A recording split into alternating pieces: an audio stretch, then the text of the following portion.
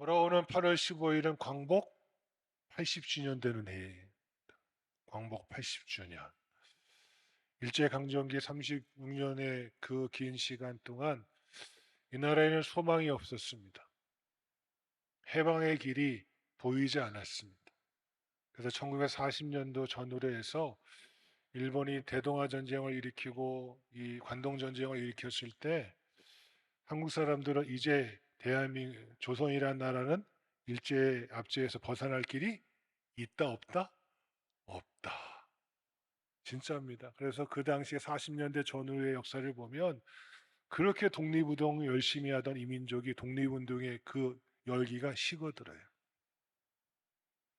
여러분 많이 잘 아시는 많은 독립운동가들의 거의 7, 80%그 당시에 변절합니다. 변절한 게 아니고 독립할 소망이 보이질 않으니까 포기한 거예요. 포기. 이 나라가 그랬습니다. 하나님께서 하나님의 때 하나님의 방법으로 이민족을 회복시켜 주셨습니다. 할렐루야.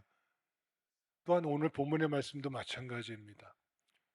하나님께서 이스라엘 백성들이 죄악 가운데 거하고 하나님께서 다윗과 솔로몬에게 약속하셨던 너희가 이민족인 나 여호와를 버리지 아니하고 정말로 잘 섬기면 내가 이민족을 축복하겠지만 너희가 나를 버리고 악한 길에 거하면 너희가 이방에게 쫓김을 당하여서 타인의 지역에 거하리라 말씀대로 그만 유다와 이스라엘, 북이스라엘은 이미 오래전에 아수르의 721년에 멸망당해서 흩어져 버렸고요.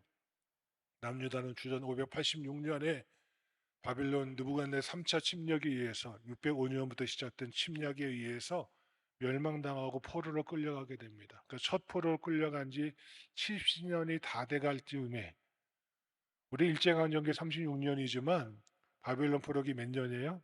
70년이에요. 우리가 당한 것보다 2배가 더 긴 시간을 바벨론 포로 유수기로 있습니다. 그러니까 그들에게는 소망이 없어요. 저 강대한 바벨론 제국이 멸망할 거라고는 추호도 생각을 못해요. 타국만리 거의 직선거리로는 1000km, 돌아오면 직선거리로는 거의 한 3000km 정도 되죠. 그 먼 길을 고향으로 돌아간다? 꿈에도 생각 못할 일이었어요. 근데 그때 하나님께서 누구에게 이사야를 통하여서 그 포로 말기에 있는 백성들에게 주신 말씀이 오늘 본문의 말씀이에요. 또한 하나님께서는요, 골로새를 통해서 우리에게 말씀하십니다. 흑암의 권세에 있는 너희를 건져내어 자기의 사랑하는 아들의 나라로 옮기셨으니 할렐루야. 우리를 흑암의 권세, 죄악의 권세, 사망의 권세, 마귀의 권세에 살던 우리를 모아셔서 건져내셨어. 십자가와 저 부활의 은혜로 우리의 죄를 사하시고 우리를 의롭게 하셔서 할렐루야. 그 은혜를 받은 우리가 내가 죄사함 받고 구원받았고 그거로 끝나는 것이 아니라 건져내셔서 누구의 나라로? 그의 사랑하는 아들의 나라로 하나님의 나라로 천국 백성으로 살게 하신 은혜가 우리에게 부음바 되었습니다. 할렐루야. 그래서 그 길은요 내가 살아가는 길이 아니에요.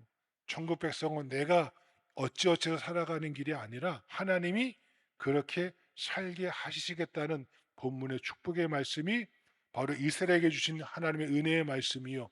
오늘 천국 백성의 길을 걸어가는 평강성도에게 주신 은혜의 축복되어지기를 간절히 주님의 이름으로 축원합니다. 하나님께서 이스라엘에게 주신 축복의 말씀, 오늘 이 땅에서 천국 백성으로 살아가는 평강성도에 주신 첫 번째 천국 백성의 길은 따라합시다. 형통의 길. 무슨 길이라고요? 형통의 길입니다. 이 형통은 세상 사람들이 말하는 승성장구하고 오복을 누리고 권세와 명예를 누리는 그런 것을 말하는 게 아니에요. 성경이 말하는 가장 큰 형통은요.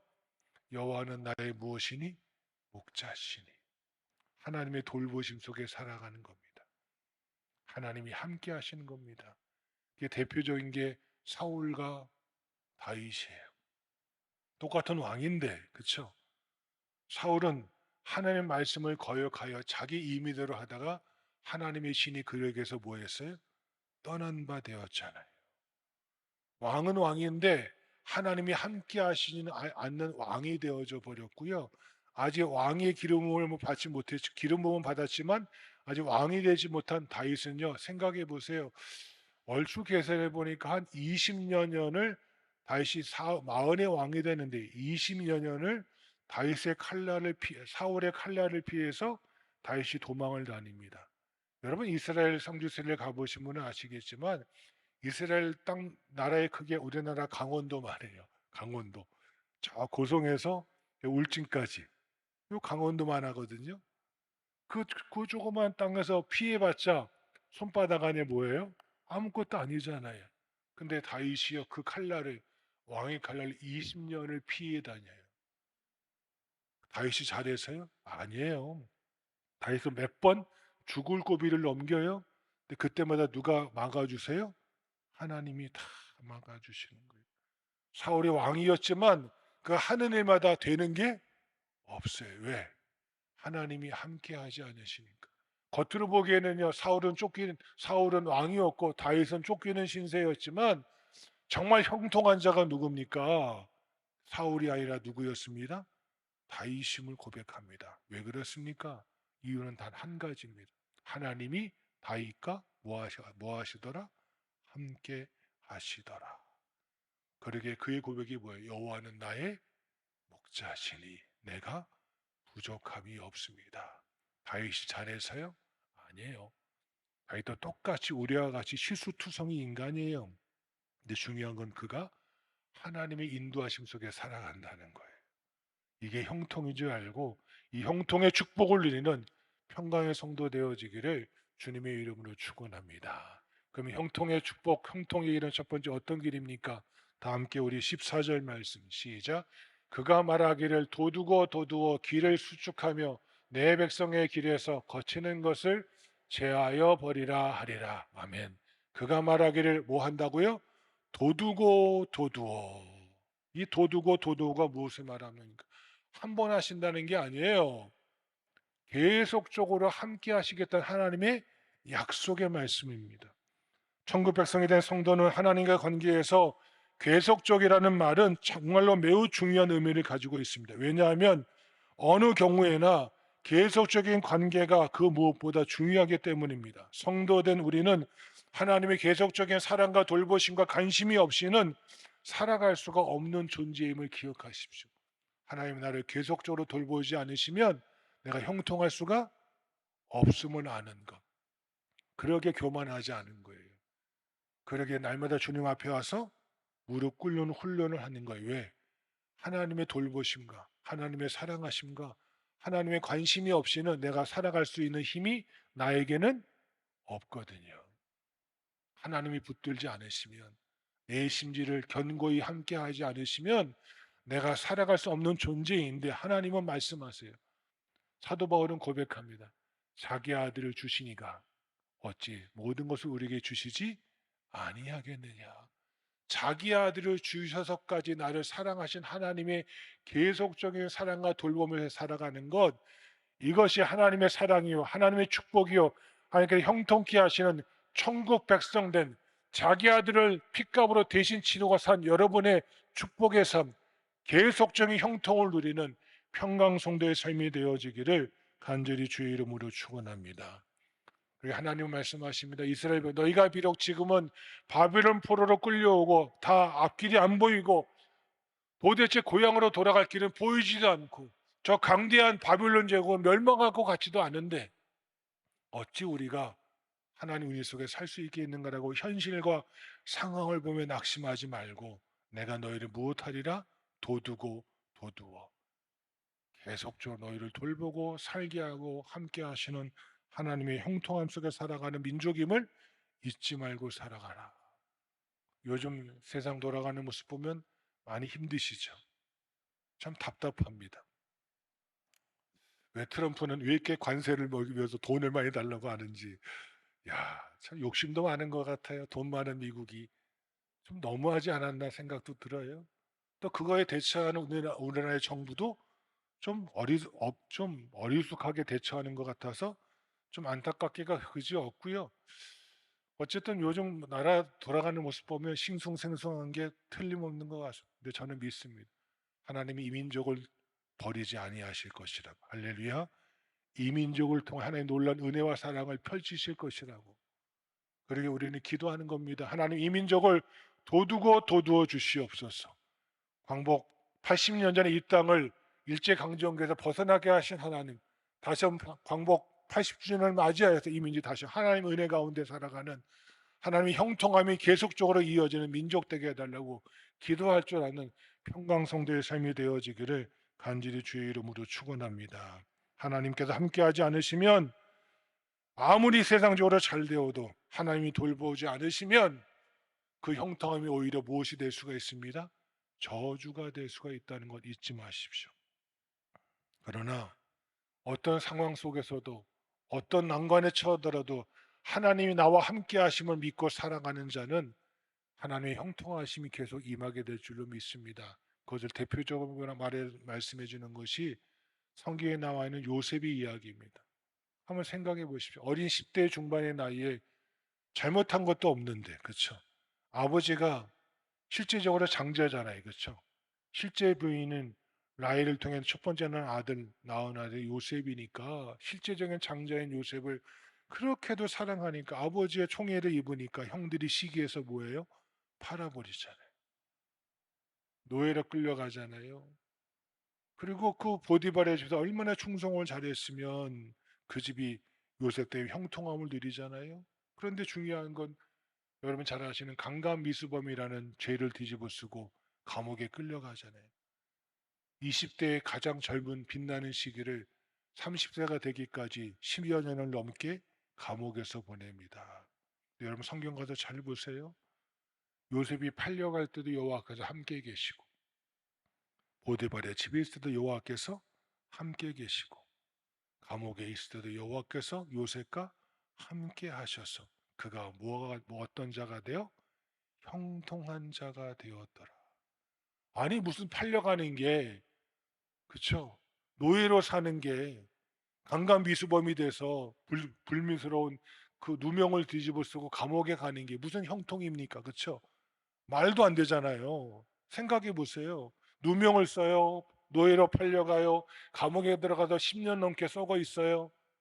근데 여러분 성경은 그때에도 여호와께서 그와 함께 하심으로 그가 형통한 자가 되었더라. 할렐루야. 성경은요, 어떤 상황에 있는 것, 어떤 난관에 처한 것이 문제가 아니래요. 하나님이 그와 함께 하셔서 계속적으로 돌보시는 자가 천국 백성 된 믿음의 길이요, 그것이 형통의 삶이라고 성경은 말하고 있습니다. 우리의 관점을 바꾸셔야 돼요. 내 눈에 보이는 것, 그것이 전부가 아니라는 것. 나와 함께 하시는 하나님, 할렐루야. 그것이 형통한, 계속적으로 누리는 천국 백성의 삶인 줄 믿고 따라가는 자, 함께 하시는, 계속적으로 형통의 축복을 베푸시는 그 은혜가 천국 백성된 평강성도의 삶 가운데 충만히 임하기를 주님의 이름으로 축원합니다. 두 번째 따라합시다. 예비하신 형통. 그가 말하기를 도두어 길을 뭐하여 수축하여. 길을 수축하신다. 길을 예비하신다는 겁니다. 하나님이 준비하시고 예비하시면 정확하고 완전하십니다. 하나님께서 천지 창조의 과정을 보시면 정말 신묘막측합니다. 아니 하나님이 사람을 너무너무 사랑하셔서 사람 먼저 만드시고, 야 너 아담아, 내가 너 천지 창조하는 것 옆에서 잘 봐. 그리고 보게 하셨다면 사람이 살 수 있었을까요? 못 살아요. 못 살아. 빛, 궁창, 식물, 천체, 새하 물고기, 짐승과 맨 마지막에 뭐? 사람을 만드시고, 이 모든 것, 이 온 우주를, 온 세상 만물을 다 창조하시고 난 뒤에 마지막에 사람을 만드셨어요. 만약 이 순서가 바뀌면 사람은 뭐예요? 숨 쉴 수가 없어요. 왜? 우리는 제한적 육체를 가지고 있거든요. 그리고 사람을 특별히 동방의 동쪽 끝에다가 뭘 만드셔요? 에덴 동산을 두셨어요. 요즘 이 동방이 어딘지 참 많은 논란거리가 돼요. 이스라엘의 동방, 중동이 아니고요. 동쪽 끝이래요. 잘 생각해 보세요. 어딘가요? 어쨌든 간에 동방에 에덴을 두시고 그곳에 가장 사람이 살기 좋은 환경과 여건을 다 조성하시고 난 뒤에 수축하시고 예비하시고 난 뒤에 그곳에 누구가 살게 하셨어요? 아담과 하와를 살게 하셨어요. 그래서 하나님이 예비하신 손길의 은혜입니다. 여러분 잘하면 잘 아시는데 하나님께서 아브라함을 보니까 뭔가 좀 마음에 안 드신 것 같아요. 아들을 주셨는데 아들을 주신 하나님은 잊어버리고 아들만이 그의 마음속에 꽉 차 있는 거예요. 여러분 조심하셔야 돼요.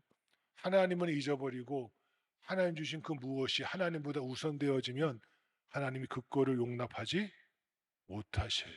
그때 그 하나님 무슨 하나님? 질투하시는 하나님이라는 거. 하나님보다 더 사랑하는 것이 있으면 하나님 그거 용납 못하세요. 그것이 아들일지라도. 아들 때문에 아브라함이 하나님을 잊고 잊어버리고 사는 거예요. 그 하나님께서 아브라함을 시험하셔요. 네 아들 바쳐. 근데 그 바치라니까 또 바치는 아브라함도 대단해요. 그 산을 올라가는데 아들이 묻잖아요. 아버지, 번제들이 불과 칼과 나무는 있지만 번제드릴 어린 양은 어디 있습니까? 그때 아브라함이 대답하니 뭐야? 하나님이 뭐 하실 것이다? 예비하실 것이다. 이거에 대해서 많은 주경학자들이 고백이 있어요. 근데 가장 큰 고백은 뭐였냐면 하나님께서 이 아들 이삭을 죽여도 뭐 하실 것이다? 네? 다시 살리실 하나님. 할렐루야. 그걸 믿었다는 거예요. 그런데 하나님은 하나의 방법은 달리 있었어요. 아브라함이 이삭을 칼로 잡아 내리치려 할 때 뭐 했어요? 부르시잖아요. 내 뒤를 돌아보라. 수풀에 걸린 뭘 준비해요? 어린 양 한 마리를 하나님이 딱 뭐 하셨어요? 예비하셨잖아요. 그것이 하나님의 역사입니다. 하나님의 방법입니다. 출애굽한 이스라엘 백성을 위해서는 가나안 땅을 예비하셨듯이 오늘 이 포로기에 있는 이스라엘 백성을 위해서는 누굴 예비하셨어요? 저 파사왕 고레스를 들어 쓰셔서 이 나라의 정책을 바꾸게 하셔서 다시 포로된 백성이 어디로 돌아가라? 자기 땅으로 돌아가게 하고 그 땅에 가서 살 모든 경비까지 다 대주라.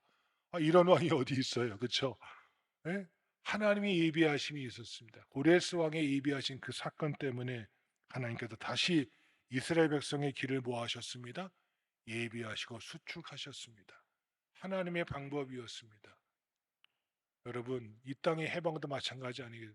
우리나라는 해방될 거라고 추호도 생각을 못했습니다. 근데 원폭이 두 방 딱 떨어지고 나니까 저 일본이 어쩔 수가 없이 뭐예요? 천황이 항복문서에 사인을 하잖아요. 그 8월의 아침은 그 해방의 감격은 이루 말할 수가 없었습니다. 왜? 하나님께서 예비하신 해방이었듯이 하나님께서 고레스 왕을 통하여서 자유롭게 하셔서 귀환의 길이 열리게 하신 하나님의 은혜가 임하는 것처럼 하나님 예비하신 그 축복과 형통이 우리 평강성도의 삶과도 충만히 임하기를 간절히 주의 이름으로 축원합니다. 세 번째 따라합시다. 완결하는 형통. 14절 하반절에 보면 내 백성의 길에서 무엇을 거치는 것을 제하여 버리라. 할렐루야. 분명히 돌아가는 그 길에 거치는 것이 있다는 것입니다. 장애물이 있다는 것입니다. 걸림돌이 있다는 것입니다. 여러분, 이 장애물, 거치는 것, 걸림돌을 제거하지 않으면 큰 문제에 직면하게 되어지지 않겠습니까? 내 몸의 암세포와 나쁜 세균들을 제때 해결하지 아니하면 우리 몸에 큰 문제가 발생하게 되는 것처럼 또 사업에서도 적자 요인을 제거하지 않으면 성공을 하지 못하는 것처럼 내 안에 분명히 뭐 할 것이 있습니다. 제하여 버릴 것이 분명히 있습니다. 나의 그릇된 고집도 뿌리 뽑아봐야 돼.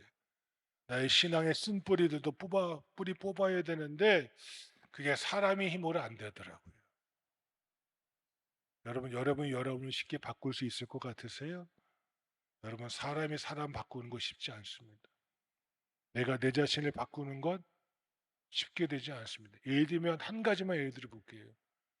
제가 이제 보면 거의 20년째 보면요.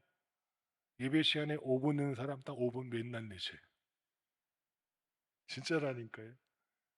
찬양대도 마찬가지죠. 연습 시작 전에 오시는 분, 시작하고 5분 뒤에 오시는 분, 30분 뒤에 오시는 분 정해져 있죠. 바뀌어요, 안 바뀌어요? 안 바뀌죠. 생각해 보세요. 그 습관 하나 바꾸는 거 쉽지 않아요. 근데 내 생각을 바꾼다? 그거 쉽지 않아요. 근데 누가 바꾸시면?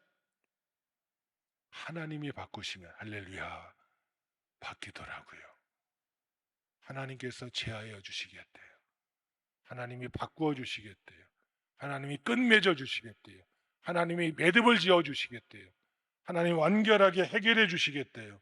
하나님이 해결해 주지 않으시면, 하나님이 제하여 버리지 않으시면 해결돼서 오는 문제가 얼마나 많이 있습니까? 그러게 하나님이 말씀하시는 겁니다. 너의 길에서, 내 백성 천국 백성의 길에서 거치는 것을 내가 제하여 버리라. 이게 대표적인 게 누굽니까? 여러분 잘 아시는 야곱이잖아요. 야곱이 형의 축복권을 빼앗아 가지고 밧단으로 도망간 지 20년 만에 돌아옵니다. 야곱이 일가가 돌아온다는 소식을 듣고 형 에서가 뭐예요? 무장한 용사 400명을 데리고 자기에게 달려온다는 소식이 들려옵니다. 야곱이 얼마나 덜컹이게, 자기는 뭐 싸울 용사가 있어요, 무기가 있어요, 뭐 가진 거에 양떼와 소떼와, 그쵸? 사람밖에 없잖아요. 그러니까 사람을 세 떼로 나눠서 앞서 보내잖아요. 맨 마지막에는 자기가 사랑한 아내였던 라헬과 요셉을 마지막에 건너 보내잖아요. 근데 생각해 보세요. 짐승 때가 온다고, 사람이 온다고 예서의 마음이 바뀌겠습니까? 20년 동안 뭐 했는데? 칼을 갈았는데 그 마음이 바뀌겠냐고요. 너 야곱 내가 만나기만 해봐라 내가. 이 마음 가지고 달려오지 않겠어요? 그날 밤에 야곱이 뭐예요? 하나님께 무릎 꿇잖아요. 하나님께 기도하잖아요. 왜? 이것을 완결하게 깨끗하게 해결하실 분 누구밖에 없다? 하나님밖에 없다. 그것이 야곱의 위대함이에요. 문제 속에서 내가 감당할 수 없는 문제 만날 때 하나님께서 해결해 주지 않으시면, 하나님이 제하여 버리지 않으시면 나는 할 수가 없습니다. 그때 하나님께 야곱에게 새 이름을 주시잖아요. 이스라엘이라 부르리라. 드디어 야곱과 에서가 만납니다. 먼저 누가 와서 안아요? 에서가 와서 안습니다. 그리고 말합니다. 내가 너의 길잡이가 되어 주리라. 여러분, 자기 동생 야곱을 죽이러 달려왔던 이 야곱이요 바뀌어요. 뭐로? 길잡이로 바뀌어요. 그것이 하나님의 역사입니다. 하나님께서 완결하시는 완결하신 형통이 있지 않으면 우리가 살아갈 수 없는 존재임을 성경은 말씀해 주고 있는 것입니다. 성경은 내가 바라는 것을 읽는 것이 아니라 하나님이 우리에게 어떻게 하시겠다는 약속을 읽는 것이 성경의 약속이에요. 야곱의 사건을 통해서, 요셉의 사건을 통해서 우리는 무엇을 깨달아야 됩니까? 하나님이 함께 하시는 것이 형통이요, 하나님께서 매듭 지어주지 않으시면 해결할 수가 없구나. 근데 하나님은요, 내 백성에게 내 모든 것을 걸고 내 백성의 길에서 거치는 것을 뭐하겠다? 제하시겠다. 여러분 인생길에 거치는 문제가 얼마나 많이 있습니까? 하나님께서 제하시는 형통, 완결하시는 형통이 우리 평강성도의 삶 가운데 가득가득 임하기를 주님의 이름으로 축원합니다.